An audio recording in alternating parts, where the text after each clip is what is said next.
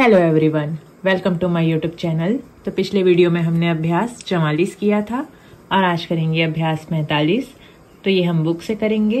तो वीडियो शुरू करने से पहले अगर आपने अभी तक मेरे चैनल को सब्सक्राइब नहीं किया है तो सब्सक्राइब कर लें ताकि आगे आने वाले वीडियो का नोटिफिकेशन आपको मिल सके और मैं आगे आप लोगों के लिए ऐसे ही वीडियो बनाते रहूं। तो चलिए शुरू करते हैं। तो सबसे पहले ये है र का आंकड़ा और द और व्यंजन के पहले स्वर, तो ये हो जाएगा आदर। फिर ये है ल, अब ये दुगनीकरण में है यानी कि ल को उसके स्थान से उसका दुगना बना दिए हैं, तो इसमें तर दर टर डर जुड़ जाता है, तो ये हो जाएगा ल और ये तर। फिर ये है क व्यंजन, इसको दुगनाकरण कर दिए हैं, फिर ना है तो ये हो जाएगा कतर और ये ना। फिर प यहाँ पे आधा है यानी कि इसमें क ट जुड़ा हुआ है, तो ये हो जाएगा पट। उसके बाद में टा यहाँ पे अपने स्थान से दुगना है तो इसमें तर दर भी जुड़ जाएगा, तो ये हो जाएगा पट और ये टर या फिर पट, ये पट्टर ही होना चाहिए, या तो ये पटतर होगा या तो पट टटर होगा, तो इसको पट्टर मान लीजिए। फिर ये है ब द, अब ये यहाँ पे द व्यंजन से दुगना है यानी कि इसमें भी तर दर जुड़ा हुआ है, तो ये हो जाएगा ब द और ये तर यानी कि बदतर। फिर ये है म स का वृत्त तीसरे स्थान में स्वर यानी कि ये हो जाएगा मिस और ये टर। फिर ये है मो, दूसरे स्थान में है तो दुगनीकरण में है, तो ये हो जाएगा मो और ये टर यानी कि मोटर। फिर ये स व्यंजन दुगनीकरण में है, तीसरे स्थान में स्वर है, तो ये हो जाएगा सु और ये टर। फिर ये म दुगनीकरण में है, तीसरे स्थान में स्वर, तो ये हो जाएगा मीटर। फिर ये तीसरे स्थान में त के तभी दुगनीकरण में है क्योंकि तीसरे स्थान में स्वर, तो ये हो जाएगा तीतर। फिर ये ब दुगनीकरण में है, तीसरे स्थान में स्वर, तो ये हो जाएगा बीतर, ये तीतर ये बीतर। और ये व्यंजन स है केवल दुगनीकरण में, इसमें कोई स्वर नहीं है, तो ये हो जाएगा सतर। फिर ये है ना ते, त के बाद स्वर है क्योंकि, उसके बाद में दाड़ धाड़ त्र, तो ये हो जाएगा नातेदार। फिर ये है प ल और ये ले फिर से, तो ये हो जाएगा पल्ले और ये दाड़ धाड़ त्र का चाप। फिर ये है व्यंजन प, प्रथम स्थान में स्वर, तर दर जुड़ा हुआ है, दुगनीकरण में है, तो ये हो जाएगा पा और ये तर। फिर ये ज न का आंकड़ा, इसको दुगनीकरण में कर दिए हैं, तो ये हो जाएगा जंतर। फिर ये ग व्यंजन है दुगनीकरण में, तो ये हो जाएगा गदर।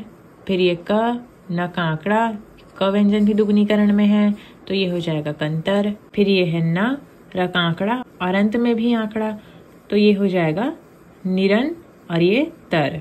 नी के लिए या तो लाइन के नीचे लिख देंगे या तो तीसरे स्थान में स्वर लगा देंगे, यहाँ पे नहीं रहेगा, तो ये हो जाएगा निरंतर। फिर ये है न र का आंकड़ा, प्रथम स्थान में स्वर, तो ये हो जाएगा निरादर। फिर ये है क ब, अब यहाँ पे ब दुगनीकरण में है, तीसरे स्थान में स्वर है यानी कि कबूतर हो जाएगा। फिर ये क ल और न का आंकड़ा, इसमें तर दर टर डर जुड़ जाएगा, तो ये हो जाएगा कैलेंडर। फिर ये है डॉक्टर, ये डा क को दुगना कर दिए, इसमें टर जुड़ गया, ये हो गया डॉक्टर। फिर ये है का, अब ये भी दुगनीकरण में है, तो ये हो गया कातर। फिर है प ह और ये र, दूसरे स्थान में स्वर, ये हो गया पहरे और ये र के पहले तक दाड़ धाड़ त्र है यानी कि पहरेदार। फिर ये चा, इसमें तर दर जुड़ गया, तो ये हो गया चातर या फिर चादर।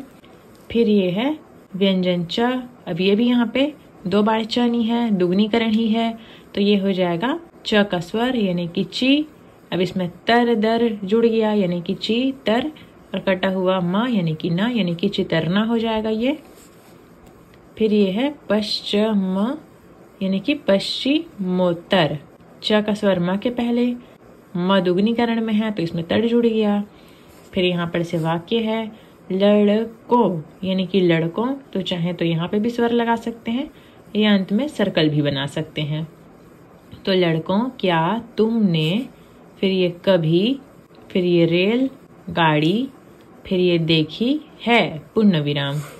फिर ये ल, अब ये ल अर्धीकरण में है यानी कि क ट जुड़ गया और आगे ड़ी है यानी कि ये हो जाएगा लकड़ी। फिर और को हम लाइन में बना रहे हैं, तो लकड़ी और लोहे की।